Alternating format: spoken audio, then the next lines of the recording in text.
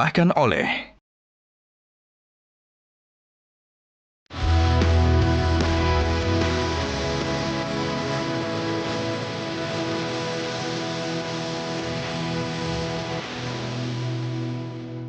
Dokter estetik itu apa? Dokter kecantikan mah. Hah? Mau jadi bencong apa? Berserakan bang. Itu kalau ingat itu sedih banget. Saya mungutin satu persatu.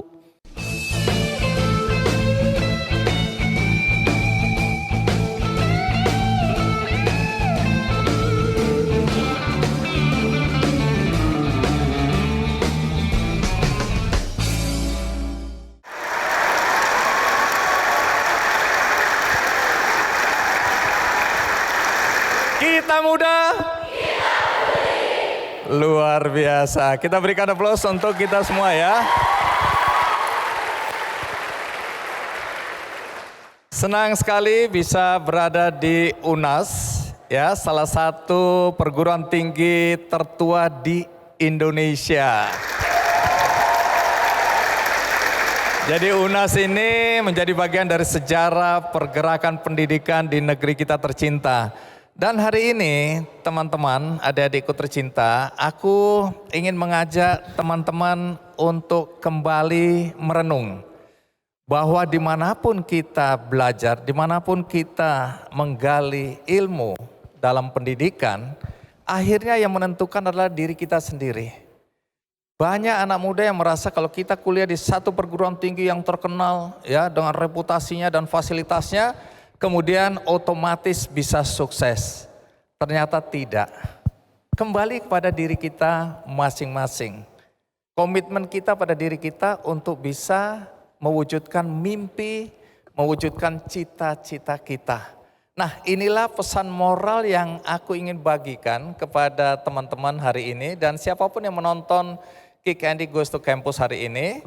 Karena tamu kita istimewa sekali. Perjalanan hidupnya juga bisa jadi pembelajaran.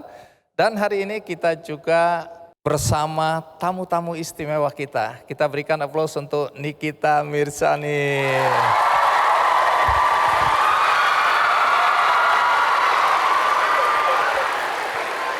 Kita berikan aplaus untuk Thorik Halilintar. Baik. Jadi sudah tahu siapa tamu istimewa kita hari ini? Siapa? Kok tahu kalian ya? Berarti sering aktif di media sosial ini ya. Baik, kalau gitu kita langsung sambut Dr. Oki Pratama.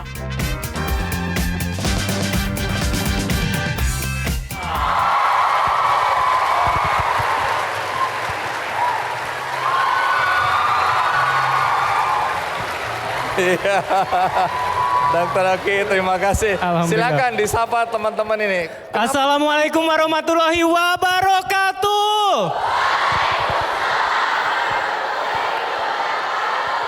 Saya pengen juga dong ikutan, ya bareng-bareng ya kita ya. Kita muda. Pertama-tama yang saya hormatin seluruh para petinggi dan tamu kehormatan juga saya datang ke sini. Alhamdulillah atas undangannya juga. Terima kasih kepada petinggi-petinggi Universitas Nasional. Dan yang saya cintai juga seluruh saksi-saksinya saya membuat bisnis ini menjadi lebih besar lagi. Terima kasih seluruhnya para brand ambassador saya, seluruh kolega-kolega saya. Dan yang paling saya cintai seluruh mahasiswa Universitas Nasional. Hari ini kita sharing-sharing karena sampai detik ini pun saya pun masih belajar. Dan yang harus kalian tahu, saya pernah di posisi seperti kalian duduk dan belajar dari pengalaman orang. Maka dari itu saya ingin juga belajar juga dari kalian juga hari ini. Terima kasih. Baik. Ya, Bang. Tunggu dulu sebelum duduk. Ya. Jadi Dr. Oki ini Ya. dokter? Dokter Bang. Walaupun mungkin abang lihatnya sering di media sosial, di TV, tapi dokter Bang. Dokter? Dokter. Jadi lulus fakultas kedokteran? Fakultas kedokteran. Tapi katanya pernah berkali-kali gagal masuk fakultas kedokteran. Iya bang, jadi udah berkali-kali daftar, pernah kalau sebut nama misalnya ke UI. Gagal. Gagal.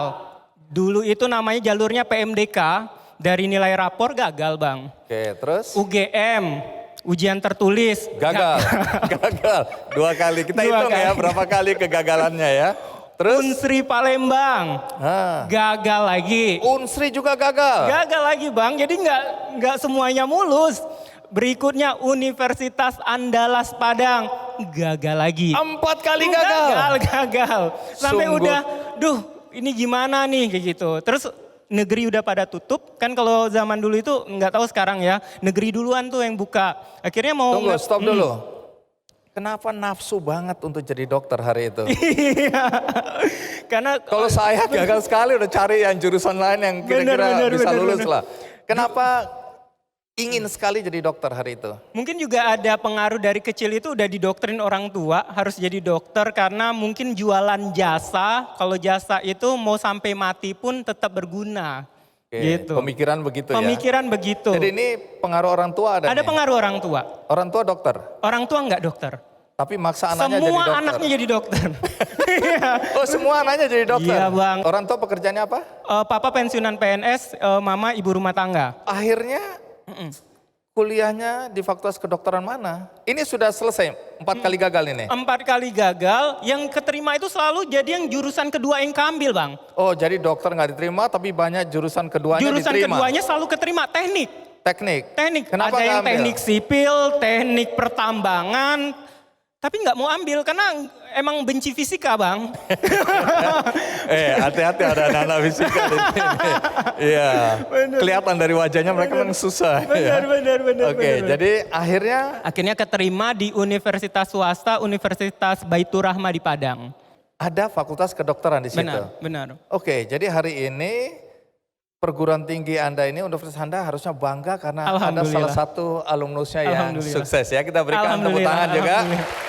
Jadi sekali lagi ini menunjukkan ya, dimanapun kita belajar, Ya. ketika kita bersungguh-sungguh dan kita menambah ilmu dari berbagai sumber, Ya, kita bisa sukses ya. saya setuju itu. Walaupun saya lulusan swasta, mungkin tidak dikenal nasional, tapi saya harus menasionalkan diri saya dan universitas saya. Setuju. Baik, silakan duduk dok. Menarik ya.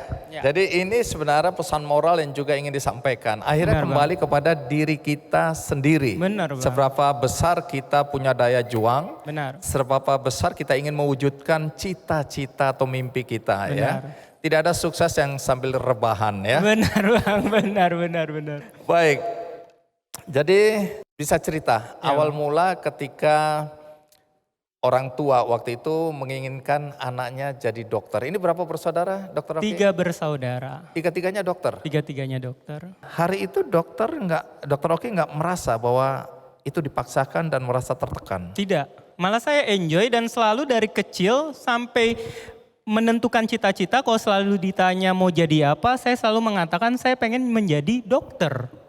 Oke, jadi tidak ada tekanan, tidak ada paksaan dan Benar. tidak ada penderitaan selama kuliah. Benar. Memang itu yang juga diinginkan. Memang, karena juga dari kecil pun saya merasa dokter itu adalah orang pintar. Jadi ada kayak kebanggaan aja. Teman-teman, yang menarik ini, sejak kecil sebenarnya Dokter Oki termasuk anak cerdas dengan Ya, IQ di atas rata-rata. Alhamdulillah. Dan ikut kelas akselerasi waktu Benar. SMP. Benar. Tapi yang saya ingin tanyakan, peluang itu kan ada waktu lulus SMA, Benar. kan ditawari juga untuk Benar. kelas akselerasi. Iya.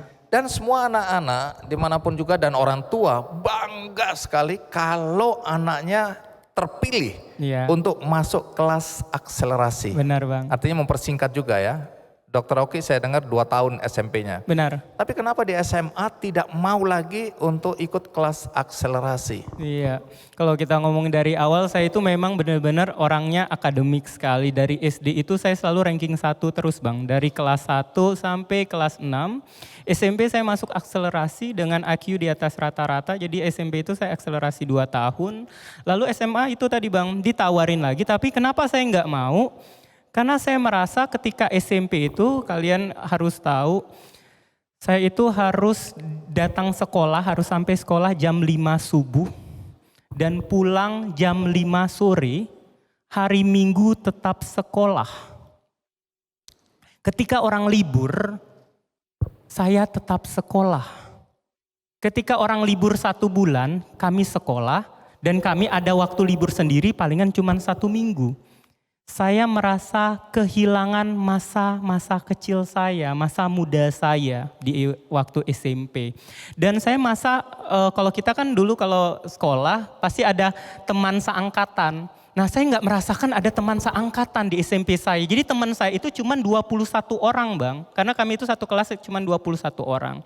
Lalu di SMA saya mau ditawarin lagi untuk kelas akselerasi lagi. Saya nggak mau karena kata orang masa-masa SMA adalah masa-masa yang paling indah. Akhirnya saya nggak mau Bang masuk akselerasi lagi di SMA. Tapi alhamdulillah juga saya menjadi peringkat 1 terus juga di SMA gitu Bang. Jadi saya nggak mau kehilangan masa-masa indah saya di SMA gitu Bang. Tapi kenapa waktu daftar di FK kok 4 kali gagal? Dan yang menarik, nah ini orang tua dengan caranya ya memacu semangat anaknya, mempertanyakan. Dia bilang, Oki, ini bapakmu yang bilang kan, Oki, kamu katanya jenius, kamu katanya anak pinter, kamu ranking terus. Lah berarti kamu gak cerdas sebenarnya karena kamu gak lulus. Ada pernyataan seperti itu? Ada Bang, ada. Tapi menurut saya kata-kata itu menjadi motivasi sebagai diri saya mendengar itu, ya benar juga. Bukan saya langsung down ataupun langsung kayak judgmental, enggak. Berarti saya menerima kritikan itu ya benar, berarti saya harus tunjukin nih kalau saya bisa kayak gitu. Seenggaknya ketika saya nanti kalau seandainya lulus saya harus buktikan ini kalau saya benar-benar ketika menggeluti ini saya akan harus menjadi seenggaknya bersinar di bidang yang saya pilih ini gitu Bang. Jadi motivasi aja bagi saya. Mau jadi dokter estetik, Mau dokter estetik itu apa? Dokter kecantikan mah? Mau jadi bencong apa?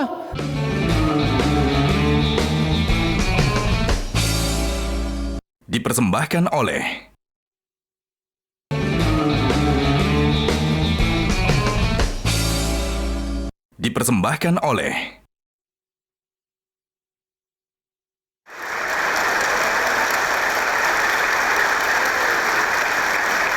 Nah, urusan orang tua ingin jadi dokter belum selesai. Karena saya dengar ibu tidak mau dokter Oki sekedar dokter umum. Benar Bang. Harus ada spesialisasinya. Benar. Maunya untuk kandungan atau obgyn. Benar. Betul. Benar Bang. Alasannya apa? Ya namanya juga orang tua masih ya dikatakan kalau ya orang tua yang tinggal di daerah pasti mikirnya itu ada sebuah kebanggaan anak menjadi dokter. Ya namanya dokter itu pasti menyembuhkan orang sakit, benar? Dan juga kalau seandainya ada sebuah kebanggaan kalau ada om tante lagi sakit kepala, tuh tanya aja Oki kayak gitu, telepon kayak gitu. Kan seperti itu biasanya. Atau menjadi sebuah kebanggaan kalau lagi kumpul keluarga gitu. Iya sakit darah tinggi tanya aja sama si Oki. Jadi biasanya pemikirannya itu dokter adalah nyembuhin orang sakit. Maka dari itu kenapa juga jadi dokter spesialis kandungan? Ya fun fact-nya dokter udah spesialis seenggaknya berarti kan penghasilannya jadi semakin tinggi seperti itu. Jadi jangan sampai di batas dokter umum aja Bang kayak gitu. Baik, dalam perjalanan waktu ya, kemudian dokter Oki berpikir, Ya. aku tidak ingin jadi dokter kandungan. Iya Bang. Tapi kemudian terpikir untuk bahkan jadi dokter kecantikan. Benar sekali. Nah waktu disampaikan ke ibu, terutama ibu ini ya, bagaimana reaksi ibu? Ya pasti sangat tidak mendukung. Sampai dia juga bilang, oh iya nanti waktu itu saya lagi mencari-cari penghasilan tuh Bang. Terus dia bilang, ya nanti duitnya simpen ya untuk kan mau ambil spesialis kandungan. Terus saya bilang, enggak mah, Oki mau jadi dokter estetik. Hah? Dokter estetik? Pakai bahasa Jambi tuh Bang, dokter estetik tuh apa? Dokter kecantikan mah. Hah? Kaget. Kaget, dokter kecantikan, ini anaknya cowok. Mau jadi dokter kecantikan, namanya ibu-ibu tinggal di daerah di Jambi, anaknya ngomong dokter kecantikan. Bahkan sampai ada statement bang, mau jadi dokter estetik, hah? Mau dokter estetik itu apa? Dokter kecantikan mah, hah? Mau jadi bencong apa? Seperti itu. Enggak setuju. Sampai segitunya. Benar. Nah pertanyaannya sekarang, tuduhan itu benar atau tidak? Enggak bang. Tunggu. Jadi dokter Oki menikah atau tidak? Alhamdulillah sudah menikah bang. Punya anak? Punya anak, alhamdulillah. Aman. Kita berikan aplaus dulu. Wih keren banget ya. Anak umur berapa sekarang ini? 4 bulan. Ketemu istri di mana? Dikenalin bang, memang pada saat itu saya memang pengennya di tahun 2022 akhir itu pengen nikah, saya bilang gitu. Akhirnya saya minta dicomblangin sampai teman saya ini ada Derry yang berusaha mencomblangin saya kayak gitu. Yaudah akhirnya nikah bang. Nah ide untuk menjadi dokter kecantikan itu datangnya dari mana itu? Iya, jadi waktu itu saya juga dapat musibah tuh, kakak terkena malaria cerebral karena waktu itu kakak kerja di Bangka Belitung yang daerah endemis malaria. Terus kakak itu sekarat. Kalau ingat ini saya sedih. Ini kakak perempuan ya? Kakak perempuan saya. Terus kakak bilang ke saya, itu dalam keadaan kayak mau kritis. Alhamdulillah kalau keadaan sekarang udah fine aja. Dulu dia bilang kayak gini, Ki, waktu itu dia masih mikirnya saya mau ambil spesialis kandungan. Ki, Ayu punya duit segini. Harta Ayu ada segini. Gunain duitnya untuk Oki ambil spesialis ya dek, kata dia kayak gitu. Terus waktu itu saya juga penggiat media sosial walaupun belum terlalu tinggi-tinggi banget. Kakak bilang, Ki buat apa kalau media sosialnya itu cuman hanya untuk dipuji-puji orang tapi tidak menjadi berkah untuk orang lain. Coba pikirkan kalau seandainya coba media sosialnya bisa menghasilkan uang. Maka dari itu saya mikir dari situ, oh berarti harapan orang tua saya, karena saya pikir apa kakak saya ini bisa selamat ya kayak gitu. Berarti harapan ada di pundak saya nih kayak gitu. Akhirnya saya berpikir apa yang bisa saya gunakan dari media sosial saya untuk menghasilkan sesuatu. Akhirnya itu dia. Itu waktu itu saya lagi internship, namanya internship itu kayak kita pengabdian di daerah. Saya tinggal di Bangkalan, Madura. Akhirnya saya itu memutar otak, akhirnya saya pergi ke Pasar Pengampon bang, Pasar Pengampon Surabaya. Ini semua juga jalan Allah ya yang mengatur semuanya. Saya membeli pinset komedo yang gak penting kalau ditanya orang, hah jualan pinset komedo? Oh beli untuk dijual, dagang ini. Untuk dijual lagi bang. Saya dari zaman dulu pun tipe orang yang tidak mau nyusahin orang tua bang. Walaupun orang tua saya berkecukupan, tapi saya tidak mau menyusahkan orang tua demi gaya hidup saya. Misalnya contoh waktu dari zaman kuliah, zaman dulu booming-boomingnya BlackBerry. Saya nggak mau minta orang tua saya untuk membeli BlackBerry. Saya nabung dengan duit bulanan saya yang pas-pasan.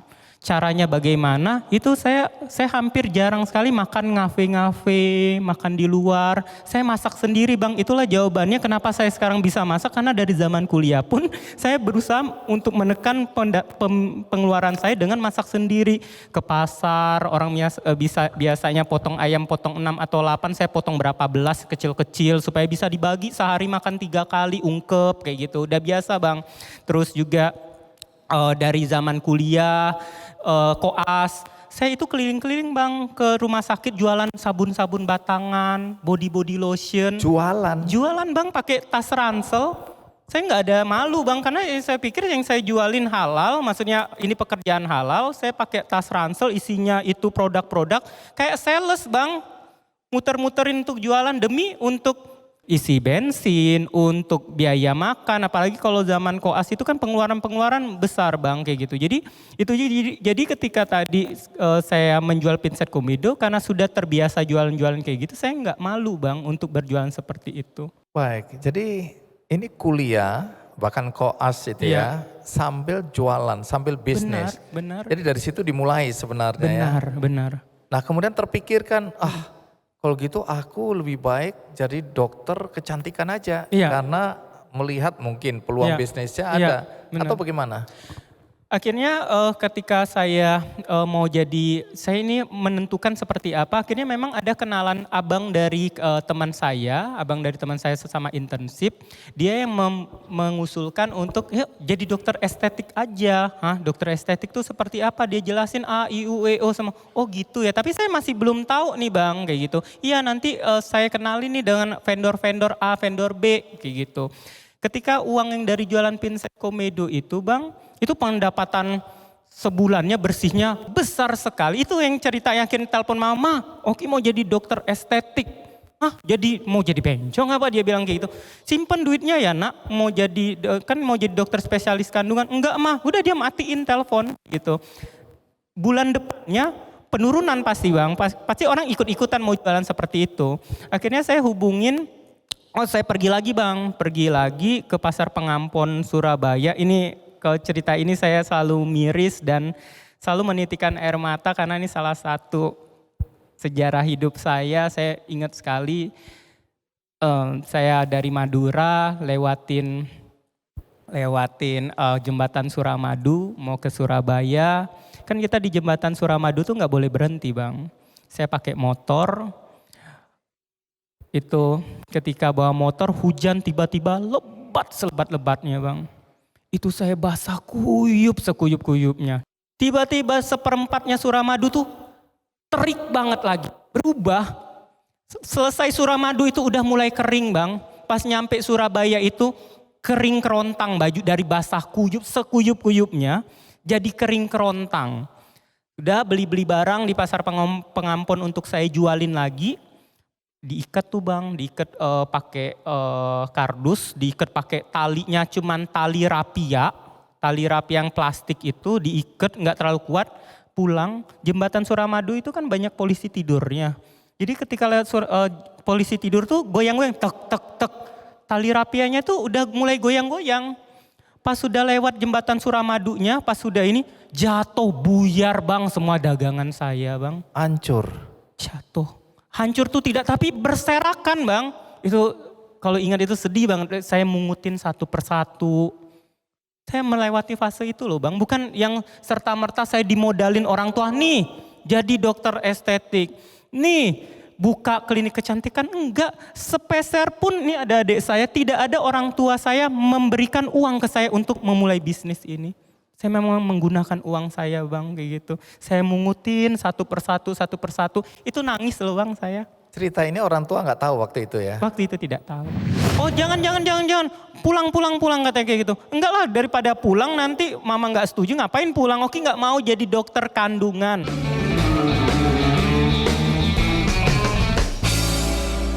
Dipersembahkan oleh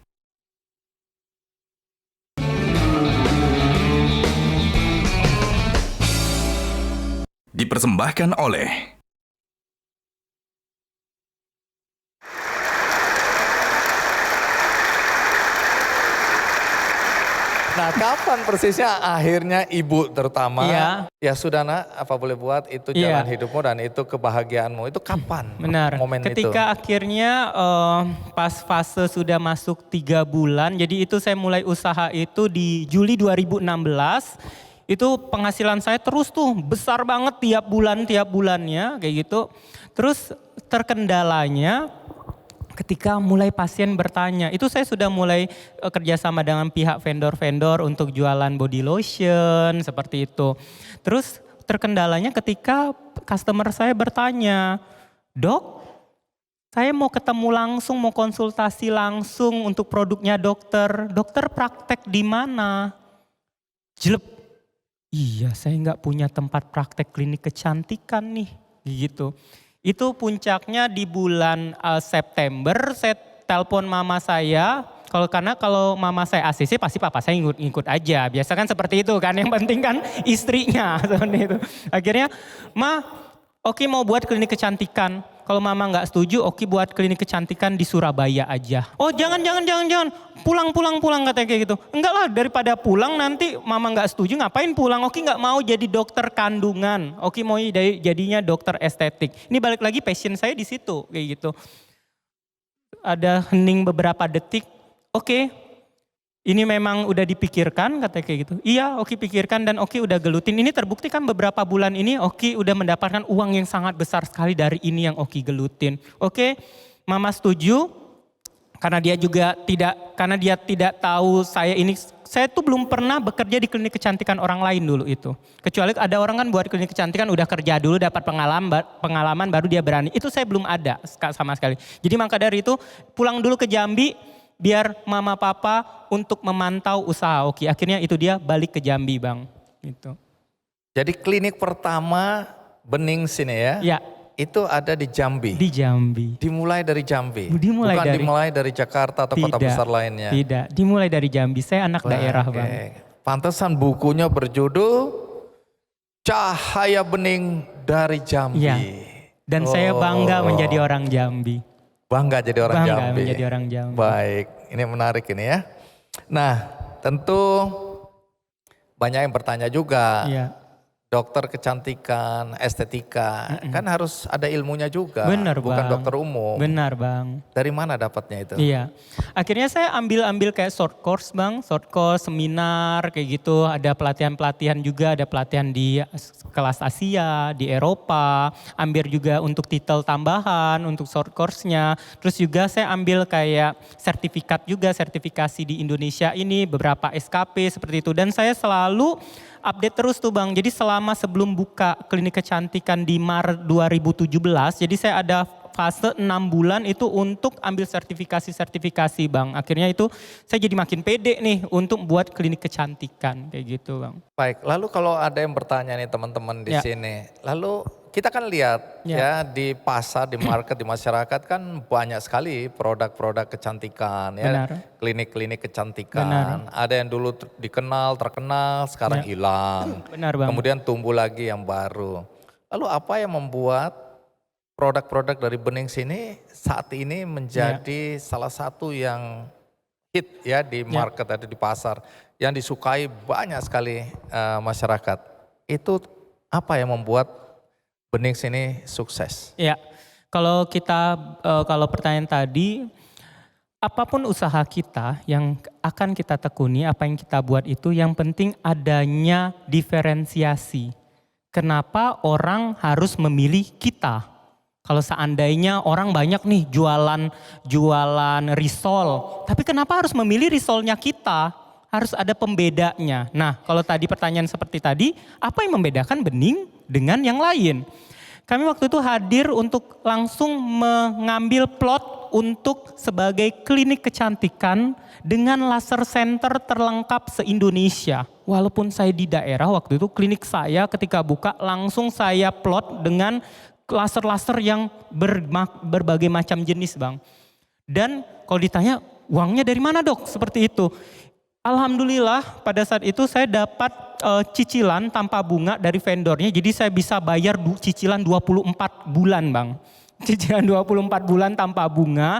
Jadi saya pikir oh bisa berarti saya nanti cicilannya nanti dari penghasilan. Jadi penghasilan dan juga saya juga tahu sustain jualan online saya tadi yang sebelumnya ada jual body lotion, jual ini, jual itu masih berjalan Bang. Jadi saya pikirnya pada saat itu kalau amit-amit klinik saya nggak langsung booming ataupun nggak langsung rame pasiennya, seenggaknya ada tertutupin dari penghasilan pasif income-nya saya itu Bang, kayak gitu.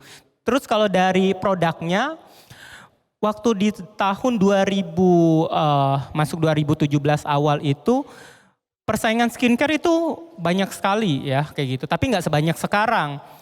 Tapi lawannya itu masih dengan krim-krim yang non BPOM Bang. Dengan saya hadir, krim saya sudah ber-BPOM itu. Kedua, ownernya jelas, dokter. Sedangkan pesaingnya kami pada saat itu nggak jelas ini krimnya siapa yang punya. Apa ada kandungan merkurinya atau tidak? Benar. Artinya ini produk yang aman. Aman, karena ownernya jelas, dokter pula. Itu yang membuat orang trust sampai sekarang. Baik, jadi ini segmentasi awalnya ditujukan untuk segmen apa? Menengah atas, menengah atau laki perempuan? Menengah ke bawah. Oh, menengah bawah Menengah justru. ke bawah kayak gitu. Oke. Karena saya pengen untuk semua kalangan itu bisa dapat merasakan perawatan kecantikan seperti itu. Karena balik lagi marketing, menurut saya marketing yang terbaik itu marketing dari mulut ke mulut. Karena kalau seandainya kelas BC yang akan merasakan treatment ini ataupun kualitas produknya saya, otomatis dia akan cerita nih ke orang, ih aku pakai ini loh, kamu mending pakai ini deh. Aku ke klinik ini loh, kamu pindah deh kayak gitu. Saya ambil kelas BC. Nah, sekarang berapa klinik yang 74 cabang per hari 74? ini. 74 cabang, no franchise. Dimulai dari 1 di Jambi. Benar. Sekarang ada 74 di mana saja? Seluruh Indonesia. Dan itu no franchise, no investor, no profit sharing, semuanya milik saya.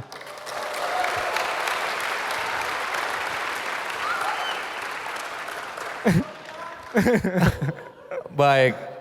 Nah, sekarang boleh nggak mahasiswa bertanya? Boleh Bang. Baik, Diva Fatiha Sari dari Fakultas Ilmu Komunikasi. Mana Diva? Diva, silakan naik Diva. Ya. Halo Dokter Oki, aku mau nanya dong, tadi kan Dokter Oki kan sempat cerita kalau Ibu Dokter Oki tuh nggak suka kalau misalkan Dokter Oki terjun ke Estetik. skincare Ya, gitu. Karena kan Ibu Dokter Oki sendiri pengennya Dokter Oki tuh jadi dokter spesialis ginekolog atau Iya, spesialis. Iya. Sekarang gimana sih sikap Ibu setelah Dokter Oki sukses sebagai pengusaha skincare saat ini? Iya. Bagus sekali nih pertanyaannya. Mungkin apapun itu, mungkin kalian punya hal yang sama nih di kehidupan kalian sekarang. Sekarang dia sangat bangga sekali ya anaknya di fase seperti ini kayak gitu. Terus juga malah selalu mensupport saya, memprotek saya, mau gimana pun saya sampai di titik sekarang ini pun saya selalu menganggap mereka orang tua saya. Walaupun kadang kita sebagai anak itu ngerasa lebih tahu dari mereka, lebih ngikuti perkembangan zaman, tapi balik lagi mereka orang tua. Jadi mereka tetap menasehati A, I, U, E, O. Walaupun kadang kita nggak setuju dengan nasihat dia, tapi kita harus tetap dengarkan. Apapun itu nasihat dari mereka. Karena mau gimana pun itu petuah orang tua. Tepuk tangan dulu dong buat Dokter Oki. Makasih banyak ya Dokter. Baik. Diva, kamu dapat kenang-kenangan seperangkat alat skincare. Langsung diserahkan oleh Dokter Oki. Silakan. Dia mau diserang orang sedemikian rupa, mau dicaci maki, dia tetap stay as he is, yang benar-benar humble.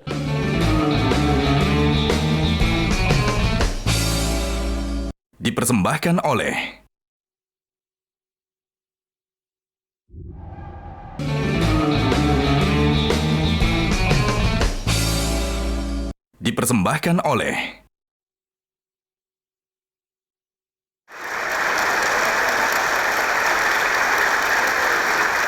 Suksesnya Bening, selain produknya tadi aman, produknya memenuhi kebutuhan dari masyarakat ya pemakainya, tapi strategi marketing ini juga penting ya. Pasti.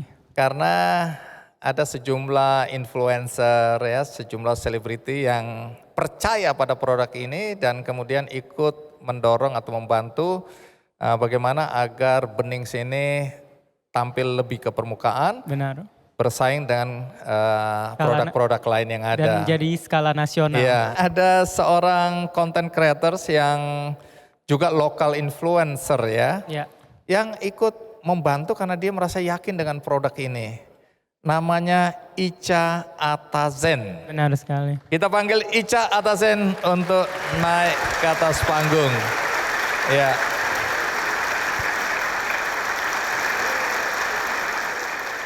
Nah, bagaimana awalnya Ica merasa bahwa produk Benings ini memang produk yang berkualitas dan kemudian Ica merasa tergerak untuk ya mau dibilang apa, memperkenalkan kepada followers Ica waktu itu. Bagaimana ceritanya? Ceritanya ini agak panjang, tapi disingkat ya. Gak apa-apa, kami 2 hari 2 malam di sini siap ya. Karena waktu bening klinik Palembang ini bening yang kedua. Di bulan Juli. Nah kebetulan pas grand opening saya itu belanja di toko sebelah klinik. Nah kebetulan juga pas saya lihat nih ini klinik baru. Dokter Oki turun dari mobil. Nah ini bening, ini dokternya, dan emang bening. Jadi saya kan emak-emak yang pikirannya gampang-gampang aja. Seorang dokter klinik kecantikan yang jual skincare, dia harus bisa menyelesaikan atau masalah kulit dia sendiri. Baru dia memperbaiki kulit-kulit pasiennya dan orang lain. Dan terbukti dokter Oki memang ya begini, bening sesuai namanya. Jadi sejak itu buka 20 hari kalau nggak salah ya, 20 hari ya dok ya.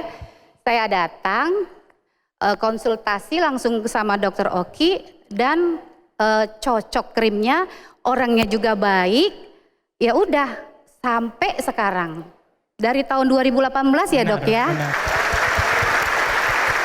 Dari perspektif dokter Oki sendiri, apa pentingnya teman-teman influencer lokal ini? Kalau saya sih melihatnya untuk mereka-mereka influencer-influencer ini, saya pastinya pengennya mereka itu mempromosikan memang dari hati mereka. Dalam artian hampir semuanya yang menjadi brand ambassador ataupun influencer di Bening itu rata-rata mereka menjadi pasien saya dulu. Saya tidak mau, bayar terus seakan-akan iya saya pakai Bening bagus ini. Menurut saya itu terlalu fake karena masyarakat Indonesia lebih pinter zaman sekarang. Jadi mereka jadi pasien dulu, ngerasa cocok, ngerasa ada perubahan dulu. Seperti Tante Ica tadi cerita, dia memang datang konsul sebagai pasien dan dia merasakan manfaatnya. Akhirnya oke, Tante boleh nggak mau mempromosikan produknya saya sebagai brand ambassador. Akhirnya dia terima dan dia pun karena memang benar-benar pakai, jadi orang tahu oh iya beneran pakai. Kadang ada kita bisa melihat yang fake review, iya saya pakai mungkin setelah itu cuci muka, foto aja depan itu rupanya cuman endorse biasa gitu. Kalau beliau memang beneran pakai dan menunjukkan progresnya, that's why orang percaya dan itu juga membuat masyarakat percaya dengan brand ini seperti itu. Itu jaga kualitasnya itu. Baik, sampai segitunya ya. Benar. Oke, jadi nggak boleh kita membohongi konsumen dengan katakanlah ya promosi-promosi yang si promotornya sendiri nggak menggunakannya atau nggak memakainya ya. Benar. Nah kalau gitu kita panggil ada dua brand ambassador dari Bening. Siapa dia? Kita panggil Thorik Halilintar dan Nikita Mirzani.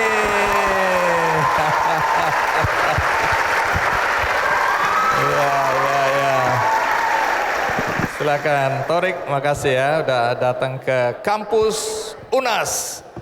Nikita Mirzani. Nah kalau Thorik kenapa mau ikut menjadi brand ambassador dari produk Bening sini? Kalau aku sih itu udah jadi pelanggan Bening waktu itu satu tahun lebih, 1,5 tahun. Jadi pelanggan tetap Bening yang datang sebulan sekali apa sebulan 2 kali ya dok ya. Jadi pada saat itu brand ambassador akan Nikita. Terus Benings ini udah jadi lumayan lagi ngehits lah, lagi naik. Dan banyak banget tuh penghargaan-penghargaan yang udah Benings dapetin tuh waktu itu. Jadi aku ngerasa kayak bukan the other way around gitu, bukan aku yang bukan Beningsnya yang banyak beruntung tapi malah justru akunya gitu. Tapi alhamdulillah bisa jadi part of keluarga Bening ya. Jadi kalau aku bekerja sama dengan satu brand biasanya I took it very personal. Jadi pengen tahu semuanya gitu perjalanannya, terus pengen diikut sertakan dalam setiap campaign, terus terobosan-terobosan apa lagi nih gitu. Dari mulai klinik ke berapa ya dok ya? Ke 7, ke 6 ya? Benar. Sekarang udah 74. Banyak banget. Dan lumayan ikut serta juga dalam pembukaan di beberapa kota ya. Ada kali touring se-Indonesia. Karena waktu itu Bang ada dalam 1 bulan itu buka 4 cabang. Jadi minggu ini, besok minggu ini lagi yang mereka ini yang selalu ikut. Ini kita tentu ini kan di luar sana banyak sekali skincare atau produk-produk kecantikan ya. Kamu bisa memilih karena aku yakin banyak yang minta kamu sebagai brand ambassador. Ya. Tapi kenapa hatimu jatuh untuk produk bening? Oke, aku kenal Dr. Oki itu hampir 4 tahun dari klinik ketiga di Kemang. Kalau aku memang awalnya nggak terlalu suka pakai krim-kriman di muka, aku lebih suka ke laser dan lain-lain. Terus awalnya coba-coba lasernya kok di muka cocok, kok ngaruh ya gitu, ada perubahan. Terus akhirnya aku lihat dokternya. Kalau Dokter Oki ini kan, nah di sosial media aslinya ya begini mukanya licin dari dulu sampai sekarang. Ini bukan karena aku brand ambassador selamanya ya. Tapi memang mukanya real gitu kan. Berarti kan dia pakai semua lasernya, produknya gitu kan. Akhirnya setelah aku coba, aku nggak langsung jadi brand ambassador Om dulu. Jadi aku coba dulu, aku bilang sama Dokter Oki. Dokter Oki sudah menawarkan, ayolah jadi brand ambassador. Aku bilang, tar dulu aku gituin kan. Aku mau coba dulu nih paling nggak sebulan. Aku mau tahu rasanya di muka kayak gimana. Ternyata bagus. Di balik produk berarti Torik, Ica, dan Nikita kan percaya pada figur di belakangnya ya. Boleh penilaian pribadi nih, Ica. Kamu melihat apa yang membuat kamu merasa ini orang benar? Karena kita kan lihat banyak sekali pedagang juga menjual tanpa mau tahu dampaknya bagi masyarakat. Mau kena merkuri kayak mau rusak, mau apa aku nggak tanggung jawab ya. Bahkan nggak berani tampil di depan publik. Nah tapi apa yang Ica lihat dari Dokter Oki sebagai pribadi? Bagaimana pengalaman ini? Kalau saya melihat Dokter Oki ini sosok yang baik, terus nggak pelit ilmu. Ukuran baik itu dari mana? Baiknya baik banget. Jadi apapun saya kan emak-emak ya, kalau emak-emak gaptek apa-apa, kalau saya nanyanya ke Dokter Oki sampai sekarang. Oke, dan mau menjelaskan, Benar, mau mengajar. ilmu pun saya kalau soal marketing kadang-kadang saya nanya sama Dokter Oki. Ketika saya juga dapat masalah juga nanya ya dokter ya. Dan sampai sekarang sesibuknya beliau, waktu saya WA masih ngerespon gitu. Kalau Torik sendiri ya, ini pribadi nih, artinya kan kita punya insting, punya nilai, punya ukuran untuk melihat seseorang. Apa yang Torik lihat dari Dokter Oki ini? Sebenarnya dokter ini nggak tahu sebenarnya tuh dokter atau bukan ya. Soalnya aku lebih banyak konsul kayak psikolog ya. Mas dari mulai masalah pribadi sampai sebelum nikah aja aku konsul dulu sama dokter. Dok gimana nih dok? Baiknya kayak gimana-gimana. Sampai hal kecil pun jadi perbincangan aku sama dokter. Soalnya aku nganggep dia udah kayak abang sendiri kan. Jadi nilai yang paling penting yang dipegang dokter itu adalah dia mau diserang orang sedemikian rupa, mau dicaci maki, dia tetap stay as he is, yang benar-benar humble, gak mau apa ya, gak mau menyusahkan orang lain, gak mau bikin, gak sombong sama sekali itu orangnya. Benar-benar amanah sih kalau menurutku. Nah kalau nih kita tadi menilai Dokter Oki sebagai ya pribadi lah. Dokter Oki selama yang aku kenal dari awal dia mencoba keberuntungan di Jakarta, orangnya lempeng-lempeng aja sih. Banyak yang jahatin, banyak yang mau buat usahanya hancur, tapi Dokter Oki sebisa mungkin tidak melawan, tidak meladeni. Kadang aku yang suka gemes sendiri. Kayak, dok ini gimana sih, jangan kayak gitu dong gitu kan. Karena kan yang Dokter Oki biayai kan juga banyak, bukan sedikit orang di sana gitu. Sorry, biayain apa ini? Maksudnya Dokter Oki punya karyawan kan banyak gitu. Jadi Berapa banyak karyawan sekarang? Lebih dari 3.000. 3.000. tapi aku amazed sama Dokter Oki, beda sama dokter-dokter di luar sana. Misalkan kalau dikritik, melawan apa segala macam. Kalau Dokter Oki itu enggak sama sekali. Dan dia memang cinta damai. Even though dia tahu orang yang jahat sekali sama dia ada di depan mukanya, tapi sebisa mungkin kayak ya sudah gitu. Perjalanan hidup Dokter Oki Pratama sudah dibukukan teman-teman. Dan apakah semua sudah mendapatkan buku ini? Apakah semua bahagia? Baik, tapi untuk menambah kebahagiaan, maka di bawah kursi teman-teman ada pita. Silakan dilihat kursinya, jangan dibawa pulang kursinya ya. Dilihat ada pita berwarna biru dan merah. Ya, Bapak dosen pimpinan juga silakan dilihat, siapa tahu beruntung. Ya. Yang sudah dapat silakan. maju. Oke. Torik dan Ica memberikan hadiah berupa facial kromosom senilai 2,5 juta.